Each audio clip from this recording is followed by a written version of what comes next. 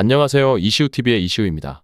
해당 분석은 초안 분석이며 최종 분석과 픽은 하단 댓글에 있는 링크로 문의 주시면 방입장 도와드리도록 하겠습니다. 방입장은 무료로 진행되며 절대 금전적인 요구를 일체하지 않습니다. 이번 분석은 승부식 142회차 해외 축구 4경기 분석 진행해 보겠습니다.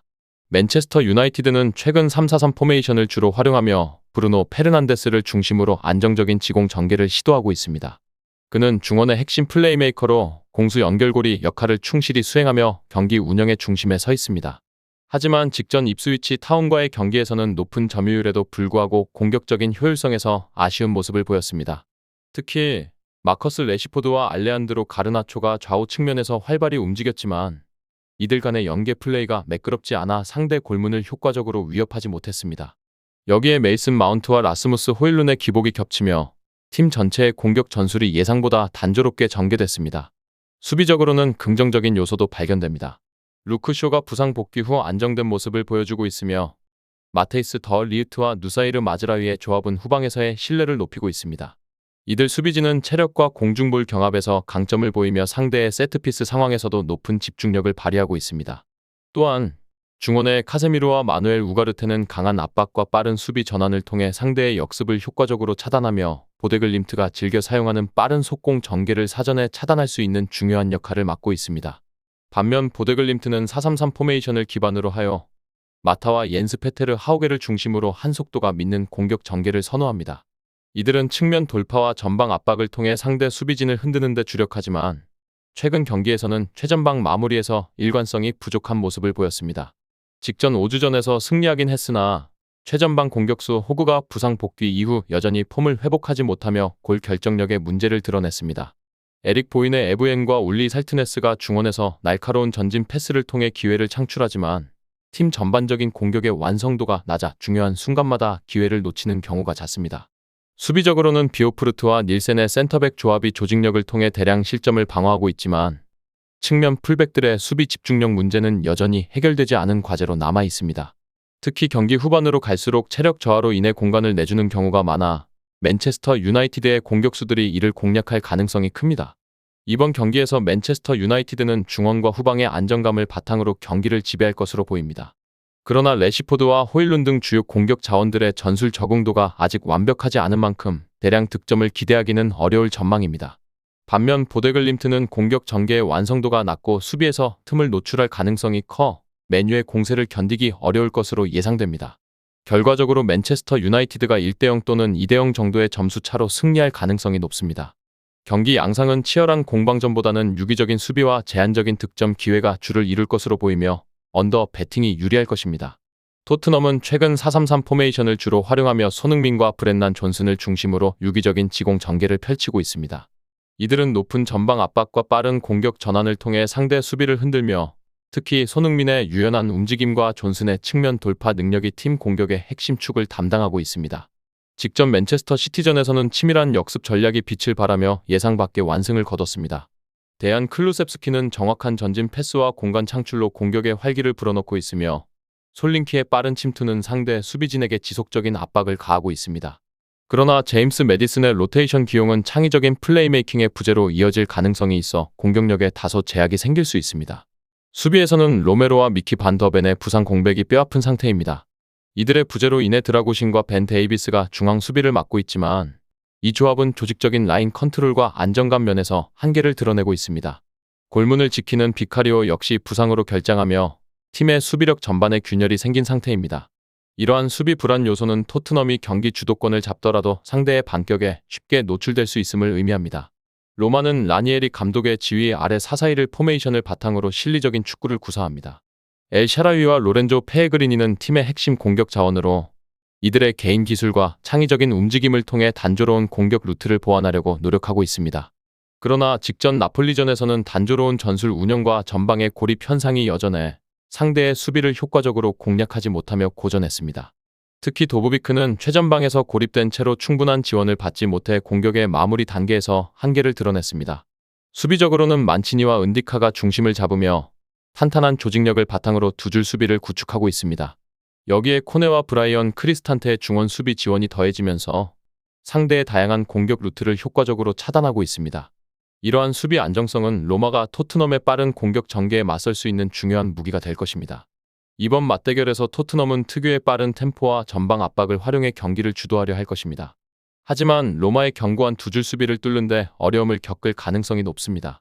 반대로 로마 역시 공격 전술의 단조로움과 도부비크의 고립 현상이 지속된다면 토트넘의 다소 불안한 수비를 공략하는 데 한계를 보일 수 있습니다. 결과적으로 양팀 모두 결정적인 공격 기회를 만들어내는데 어려움을 겪으며 득점 없이 무승부로 경기가 종료될 가능성이 큽니다. 경기 양상은 수비적인 안정성을 바탕으로 한 신중한 운영이 주를 이룰 것으로 예상되며 저득점 경기로 이어질 확률이 높아 보입니다.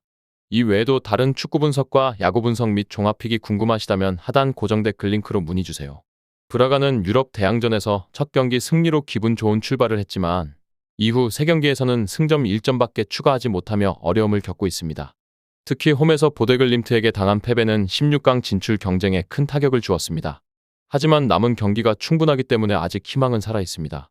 지난 주말에는 리그 선두 스포르팅을 상대로 2골을 기록하며 분전했지만 수비에 허점이 드러나며 아쉽게도 승점을 추가하지 못했습니다.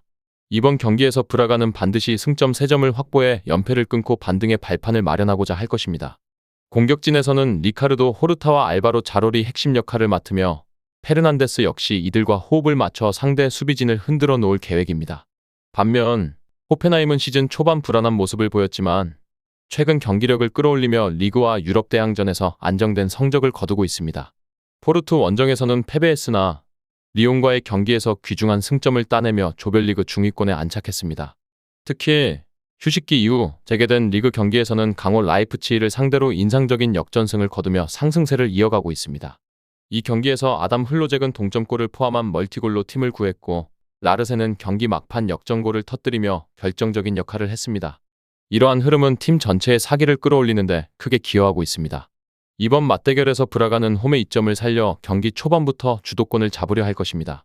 호르타의 창의적인 패스와 자롤의 공간 침투 능력이 결합되면서 상대 수비를 괴롭힐 가능성이 높습니다. 그러나 브라가의 수비는 여전히 불안 요소로 남아있어 호펜하임의 날카로운 역습에 쉽게 흔들릴 수 있습니다. 호펜하임은 수비에서 안정감을 보여주고 있으며 그릴리치의 중원 장악력과 슈타흐, 악포구마의 견고한 수비 라인이 팀의 후방을 탄탄히 지킬 것으로 예상됩니다. 양팀 모두 공격에서의 날카로움과 수비에서의 조직력을 바탕으로 치열한 승부를 펼칠 전망입니다. 브라가는 홈팬들의 응원을 등에 업고 총공세를 펼칠 것으로 보이지만 호펜하임은 최근 상승세와 단단한 수비력을 앞세워 원정에서도 쉽게 무너지지 않을 것입니다. 결국 두 팀 모두 치열한 공방 끝에 승점 1점씩을 나눠 가질 가능성이 높습니다. 이번 경기는 득점이 제한적인 박빙의 승부로 한두 골차로 승부가 갈리거나 무승부로 마무리될 가능성이 큽니다. 니스는 유럽 대항전에서 플레이오프 진출을 목표로 하고 있지만 현재까지 4라운드에서 단 한 번도 승리를 거두지 못하며 아쉬운 결과를 이어가고 있습니다. 홈 경기에서는 강팀들을 상대로 귀중한 승점을 확보하며 잠재력을 보여줬지만 원정 경기에서는 연패를 기록하며 기대에 미치지 못한 모습입니다. 그럼에도 불구하고 최근 리그안 경기에서 스트라스부르를 상대로 극적인 역전승을 거두며 분위기를 반전시키는데 성공했습니다. 이 경기에서 바드와 루세 같은 풀백들은 날카로운 돌파와 크로스로 상대 수비진을 흔들었고 은돔벨레의 복귀는 중원의 안정감과 창의성을 되찾는 데 큰 도움을 줬습니다. 특히 은돔벨레와 로사리오의 조합은 공수 양면에서 팀의 균형을 맞추며 앞으로의 경기에서도 중요한 역할을 할 것으로 기대됩니다. 한편 레인저스는 현재까지 조별리그에서 3경기에서 승점 7점을 쌓으며 상위권에 올라 있습니다. 리옹에게 패배하긴 했지만 나머지 경기에서는 꾸준히 승점을 챙기며 16강 직행을 위한 유리한 위치를 점하고 있습니다. 그러나 레인저스 역시 문제점이 없는 것은 아닙니다. 최근 리그 경기에서 던디와 무승부를 기록하며 공격 전개와 마무리 능력에서 아쉬운 모습을 보였습니다. 특히 중원의 창의성 부족이 두드러졌는데 이로 인해 데저스와 체르니 같은 공격수들이 충분한 지원을 받지 못했습니다. 결과적으로 공격수들이 효과적으로 득점을 노릴 기회를 만들어내지 못하며 무기력한 공격력을 노출했습니다. 이번 경기에서 레인저스는 원정 경기에 나서는 만큼 지나치게 공격적인 운영보다는 안정적인 수비를 바탕으로 한 역습 전략을 구사할 가능성이 높습니다. 데저스와 체르니는 빠른 역습과 개인 기술을 활용해 니스의 수비진을 공략하려 할 것입니다. 하지만 니스의 은돔벨레와 로사리오가 중원을 장악하며 상대의 공격 전개를 초반부터 차단하고 게상과 라보르드가 공격을 주도할 경우 레인저스는 역습 기회를 잡기 어려울 수 있습니다. 니스는 홈에서의 강점을 살려 초반부터 공격적으로 경기를 이끌며 유로파 첫 승리를 목표로 할 것입니다. 바드와 루세의 적극적인 오버래핑 그리고 중원에서의 안정된 빌드업이 레인저스의 두 줄 수비를 효과적으로 흔들어 놓을 가능성이 큽니다. 반면 레인저스는 원정에서 경기 흐름을 느리게 가져가며 무승부를 목표로 안정적인 운영을 할 것으로 보이지만 최근 경기에서 보여준 공격의 날카로운 부족이 발목을 잡을 가능성이 높습니다. 결국 니스가 유리한 흐름 속에서 경기를 지배하며 승리를 가져갈 가능성이 큽니다. 레인저스의 수비 조직력은 탄탄하지만 중원의 창의성 부족과 공격 전개에서의 답답함이 결국 경기 결과에 악영향을 미칠 수 있습니다. 니스가 1대0 혹은 2대1 승리를 거두며 유럽 대항전에서 첫 승리를 기록할 것으로 예상됩니다. 끝으로 정확한 배당 변동에 따른 실시간 추적과 최종 예측은 배팅 마감 직전까지 이루어져야 합니다. 위 부분을 참고하는 배팅이 아닌 더 근시적인 결과는 배당률 흐름의 변화 및 경기 시작 전 결장자 정보에 따라 변동될 수 있습니다. 함께 배팅으로 더 효율적인 승률을 만들고자 만들어낸 채널입니다.